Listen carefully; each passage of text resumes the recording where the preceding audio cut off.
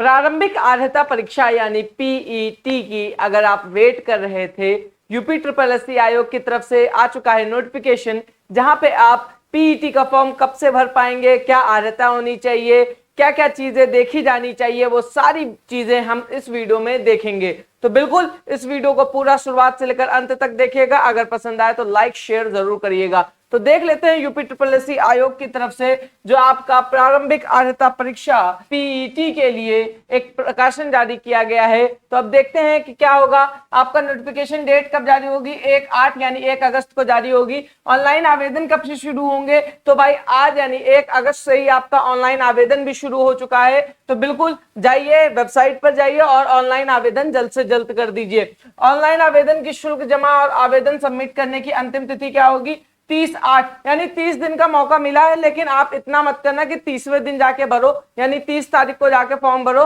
तो सर्वर बहुत बिजी चलेगा। ये वैसे भी यूपी ट्रिपल एससी का सर्वर उतना मजबूत नहीं है जैसा कि हम लोग पिछले कुछ समय से देख पा रहे हैं। तो 1 तारीख को फॉर्म भरना शुरू होगा और 30 तारीख को इसका फॉर्म भरना बंद हो जाएगा। आगे की तरफ बढ़ते हुए देखते हैं शुल्क अंतिम तिथि कब है शुल्क जमा करने की, तो 6 तारीख तक आप अपने शुल्क को जमा कर सकते हैं, 6 सितंबर तक। तो कोई बात नहीं, उसी समय जमा कर लो तो ज्यादा बेहतर है, बाद में क्या पता भूल जाओ, उसके बाद फिर भूल भुलक्कड़ में सारी चीजें खराब हो जाए। ठीक है, ऑनलाइन आवेदन आप कहां से करोगे, आप इनके ऑफिशियल वेबसाइट से जाके करोगे, upSSC.gov.in पे आप जाके यहाँ पे आप करोगे। उसके बाद देखते हैं प्रारंभिक अर्हता परीक्षा की अनिवार्यता क्या है। द्विस्तरीय परीक्षा प्रणाली प्रभावी होने के पश्चात उत्तर प्रदेश अधीनस्थ सेवा चयन आयोग की परिधि में आने वाले विभिन्न विभागों के नियंत्रणाधीन भिन्न भिन्न प्रकार के रिक्त पदों पर चयन हेतु इच्छुक समस्त अभ्यर्थियों को प्रारंभिक अर्हता परीक्षा में प्रतिभाग किया जाना अनिवार्य है। तो बेसिकली ये बता रहे हैं कि पीईटी क्यों जरूरी है,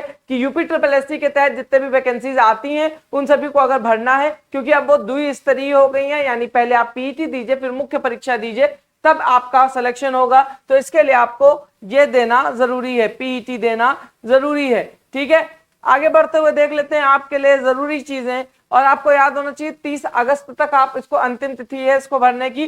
कैसे आप रजिस्ट्रेशन करेंगे, तो सबसे पहले कैंडिडेट रजिस्ट्रेशन करेंगे जैसे कि नॉर्मली होता है, फिर फोटो और हस्ताक्षर अपलोड करेंगे, फिर फॉर्म के शेष विवरण को भरेंगे जैसे आपका एड्रेस डिटेल वगैरह, आपकी पर्सनल डिटेल्स वगैरह, है ना। फीस का भुगतान करेंगे आप, है ना, कब तक करेंगे, 6 सितंबर तक आपको कर देना है, लेकिन बेहतर होगा कि आप 30 अगस्त तक ही आप पेमेंट कर लो कंप्लीट। आगे बढ़ते हैं, फॉर्म भी उससे पहले ही भर लो तो ज्यादा बढ़िया है। उसके बाद आप देखेंगे कि जो आपके लिए जरूरी है, आयु सीमा की अगर बात करें तो आयु सीमा आपकी 18 से 40 वर्ष होनी चाहिए, क्योंकि यही सामान्यतः किसी भी जॉब वैकेंसी की डिटेल में मांगता भी है। और आगे बढ़ते हुए देख लेते हैं कि आपका कैंडिडेट रजिस्ट्रेशन के वक्त क्या क्या चीज पूछेगा। नाम, पिता का नाम, उत्तर प्रदेश के निवासी होने से संबंधित विवरण, श्रेणी, जन्म तिथि, लिंग, वैवाहिक स्थिति, संपर्क हेतु मोबाइल फोन, ये मतलब पर्सनल डिटेल्स आपके लेगा। फिर वेरिफिकेशन कोड वगैरह भेजेगा। फिर उसके बाद आपको फोटो वगैरह ध्यान देना, फोटो कोई भी ऐसी फोटो मत लगाना जिसमें टोपी पहने हो, या इवन चश्मा भी अगर पहनते हो तो हटा के लगाना, क्योंकि कई बार आंख नहीं जब डिटेक्ट कर पाता है तो आपका फॉर्म को रिजेक्ट कर देता है। दोनों कान दिखाई देने चाहिए आपके, और प्रॉपर आपका फेशियल एक्सप्रेशन दिखाई देना चाहिए। ठीक है, कैसे कैसे, चेहरे के दोनों किनारे यानी दोनों कान साफ दिखाई देने चाहिए। उसके बाद चश्मा पहनने की स्थिति में आंखें साफ दिखाई देनी चाहिए, शीशा रंगीन ना हो। इसीलिए मैं कह रहा हूँ डायरेक्टली चश्मा उतारी दो तो ज्यादा बेहतर है। कैमरे पर सीधी नजर होनी चाहिए, अभिव्यक्ति तटस्थ होनी चाहिए यानी आंख खुली होनी चाहिए और मुंह बंद होना चाहिए। उसके बाद देखें, अगर हम लोग सफेद या हल्के ग्रे की सादी पृष्ठभूमि की आवश्यकता है, अगर सफेद पृष्ठभूमि यानी बैकग्राउंड पे आप फोटो खिंचवा रहे हैं तो बेहतर होगा।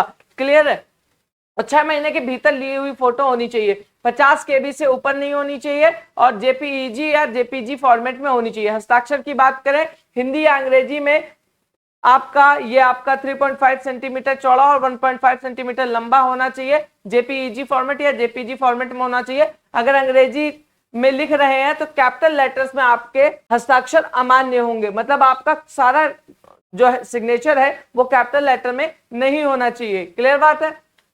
चलो आगे की तरफ देखो, घोषणा पत्र वगैरह पे जाओगे और साइन ऑन कर दोगे, खत्म हो जाएगा। फीस भुगतान आप 6 सितंबर तक कर सकते हो या फिर 30 अगस्त तक, जिस समय फॉर्म भरो उसी वक्त कर दो, है ना, जैसे ऑनलाइन मोड वगैरह सब कुछ है इसमें। उसके बाद अगर फीस की बात करें तो फीस देख लो, फीस इंपॉर्टेंट है, फीस देख लो।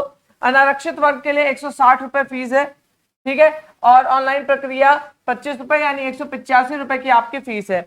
उसके बाद अन्य पिछड़ा वर्ग यानी ओबीसी के लिए आपका 160 रुपए है और आपका 25 रुपए ऑनलाइन प्रक्रिया शुल्क है और 185 रुपए यानी टोटल। इसी तरह प्रक्रिया शुल्क मिलाकर अनुसूचित जाति का आपका 95 रुपीज है और अनुसूचित जनजाति का आपका 95 रुपीज है। उसके बाद की अगर बात करें दिव्यांगजन हेतु आपका सिर्फ और सिर्फ ऑनलाइन प्रोसेसिंग फीस लगेगा जो कि 25 रुपए है, ये आपके लिए फीस हो जाएंगी। यानी मैक्सिमम फीस 185 है और मिनिमम फीस 25 रुपीज है। आगे की तरफ बढ़ते हुए देख लेते हैं और आपके लिए इंपॉर्टेंट चीजें जो होती हैं, है ना। उसके बाद आप देखेंगे संशोधन वगैरह।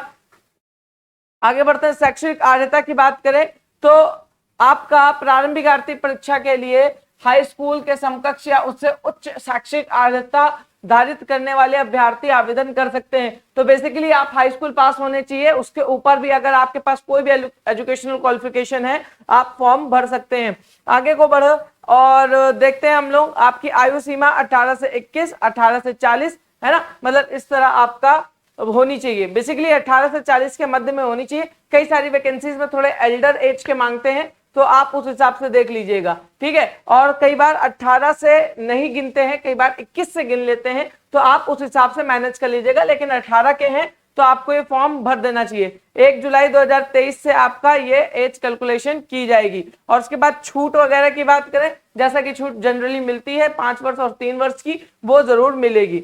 आगे की तरफ बढ़ते हुए देखते हैं, आरक्षण की बात करो तो आरक्षण जैसे कि मैंने बता दिया 36 आरक्षण होगा। उसके बाद अगर हम लोग बात करें परीक्षा का कार्यक्रम, आपका लिखित परीक्षा होगी, इतनी बात है, और जो भी टाइम और डेट होगा ये इंफॉर्मेशन आपकी वेबसाइट पे आ जाएगा, ठीक है। 1 वर्ष तक ये वैधता होती है, सीधी सी बात है। उसके बाद अगर हम लोग बात करें आगे की तरफ, आपके पास कुछ इंपॉर्टेंट डॉक्यूमेंट्स होने चाहिए, उन सब के लिए एक स्पेशल वीडियो बना देंगे, अभी देख लीजिए इसको बस। और यहाँ पे आपका बताया जा रहा है कि इसका जो आपका जो विषय है ये सिलेबस, ये एक सिलेबस एक बार देख लीजिए, लगभग सेम सिलेबस है लेकिन कुछ चेंजेस हुए हैं, तो आप उस हिसाब से तैयारी करिएगा।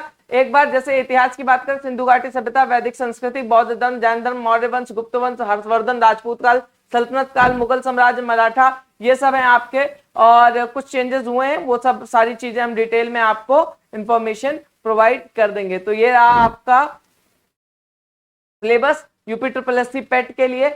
तो आप लोग अपनी तैयारी करने लग जाइए। वर्धनम एकेडमी आपके लिए स्पेशल बैचेस लाएगी, स्पेशल प्रैक्टिस क्लासेस लाएगी, तो आप उसकी भी तैयारी करते रहिए।